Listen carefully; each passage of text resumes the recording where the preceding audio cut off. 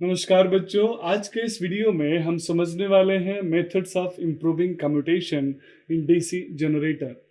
बच्चों, last video में हमने कम्यूटेशन को समझा, कम्यूटेशन के प्रॉब्लम को समझा। हमने ये भी समझा कि कैसे एक पुअर और एक गुड कम्यूटेशन के बीच में एक डिफरेंस क्रिएट हमें करना है ताकि हम पुअर कम्यूटेशन की जगह पे हमेशा एफिशिएंट कम्यूटेशन की बात करें, क्योंकि जो एफिशिएंट कम्यूटेशन होता है वो एक एसेंशियल रिक्वायरमेंट है डीसी मशीन के स्मूथ ऑपरेशन के लिए, डीसी मशीन के स्पार्क फ्री ऑपरेशन के लिए।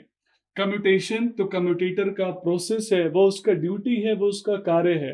लेकिन अगर कम्यूटेशन हेल्दी होगा तो मेरे डिवाइसेस में स्पार्क नहीं होगा, और अगर स्पार्क फ्री कम्यूटेशन हो रहा है तो वियर और टीयर का जो खर्च है, जो मेंटेनेंस खर्च है कम्यूटेटर और ब्रशेस का, वो मिनिमम से मिनिमम होगा। तो आइए हम कम्यूटेशन को इम्प्रूव करने के लिए और कम्यूटेशन में स्पार्क प्रॉब्लम को मिनिमाइज करने के लिए कुछ सजेशंस यहाँ पे लेते हैं, कुछ टेक्निक्स लेते हैं जिससे हम कम्यूटेशन प्रोसेस को हेल्दी कम्यूटेशन, गुड कम्यूटेशन बना सके। तो सबसे पहला है दैट इज रेसिस्टेंस कम्यूटेशन। बहुत से बुक्स में या फिर ऑथर्स ने रेसिस्टेंस कम्यूटेशन को हाई रेसिस्टेंस ब्रश सिलेक्शन भी सजेस्ट किया है। मीन्स हम जब ब्रशेस का सिलेक्शन करते हैं तो वी हैव टू ऑप्शंस। पहला कि मैं हाई रेसिस्टेंस ब्रश को सिलेक्ट करूं या फिर लो रेसिस्टेंस ब्रश को। जस्ट टेक फॉर एग्जांपल, मैं कॉपर के ब्रश को सिलेक्ट करूं या फिर कार्बन के ब्रश को, क्योंकि आप जानते हैं कॉपर के ब्रश का रेसिस्टेंस लोअर होगा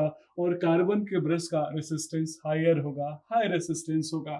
तो अगर आप कम्यूटेशन को स्मूथ करना चाहते हैं तो आपका पर्पस यही होना चाहिए कि किसी भी कंडीशन में जब कम्यूटेशन हो रहा है, जब शॉर्ट सर्किटिंग हो रहा है, तो शॉर्ट सर्किट के ड्यूरेशन में मिनिमम से मिनिमम करंट डेवलप हो पाए, मिनिमाइज कर पाए स्पार्क करंट को। उसके लिए स्वाभाविक है रेसिस्टेंस हाई होना चाहिए, क्योंकि रेसिस्टेंस ही एक ऐसा एलिमेंट है जो कि करंट के इफेक्ट को सप्रेस करता है और मिनिमाइज करता है। तो that process is also called resistance commutation. Means replacing lower resistance copper brushes with higher resistance carbon brushes will improve commutation by reducing intensity of spark. जैसे आप रेसिस्टेंस को बढ़ाएंगे, जो स्पार्क की इंटेंसिटी है वो कम होगी, तो कम्यूटेशन इंप्रूव्ड हुआ। आइए बच्चों, हम कुछ ब्रश ड्रॉप के रेफरेंसेस में समझ लेते हैं कि जैसे कार्बन की जो रेसिस्टेंस है उसकी हायर है और कॉपर की रेसिस्टेंस लोअर है, तो एक प्रॉब्लम यहाँ ये क्रिएट होता है कि कॉपर में जो ब्रश ड्रॉप होगा वो कम होगा, जबकि कार्बन में ब्रश ड्रॉप ज्यादा होगा। ब्रश ड्रॉप आप नेग्लेक्ट नहीं कर सकते बच्चों, ऐसे इसका जो क्वांटिटी है काफी लोअर है, काफी स्मॉल क्वांटिटी है, फिर भी जब आप मैथमेटिकल कैलकुलेशन करते हैं, जब आप एफिशिएंट एनालिसिस करना चाहते हैं, तो ब्रश ड्रॉप को आप कंसिडर करते हैं। एज फॉर एग्जाम्पल, अगर मैं कॉपर की बात करूं तो कॉपर में 0.5 से 1 वोल्ट पर ब्रश ड्रॉप कंसिडर किया जाता है, जबकि कार्बन में रेसिस्टेंस हाई होने की वजह से 1 to 2 वोल्ट पर ब्रश ड्रॉप कंसिडर किया जाता है। आइए हम सेकेंड मेथड की बात करते हैं, that is correct brush grading. बच्चों, हमने ब्रश तो ले लिया, हो सकता है हाई रेसिस्टेंस मैंने चूज किया, लो रेसिस्टेंस, लेकिन अगर ब्रश की ग्रेडिंग सही नहीं हो, ग्रेडिंग का मतलब है जितनी लोड, जितनी करंट की रिक्वायरमेंट है, उसी लोड और करंट के हिसाब से हम अपने मशीन के अंदर जो कार्बन ब्रश या ब्रश सेलेक्ट करेंगे। अदरवाइज अगर ग्रेडिंग करेक्ट नहीं होगी तो या तो वो लोअर एफिशिएंसी पे काम करेगा या फिर उसके अंदर स्पार्क ज्यादा प्रोड्यूस होगा। तो करेक्ट ग्रेडिंग सेलेक्ट करना काफी इंपॉर्टेंट रोल प्ले करता है एक हेल्दी कम्यूटेशन के लिए। ग्रेडिंग भी करेक्ट है बच्चों, मैंने हाई रेसिस्टेंस ब्रशेस भी ले लिया, लेकिन अगर अलाइनमेंट सही नहीं है तो आपका प्रॉपर कम्यूटेशन नहीं होगा।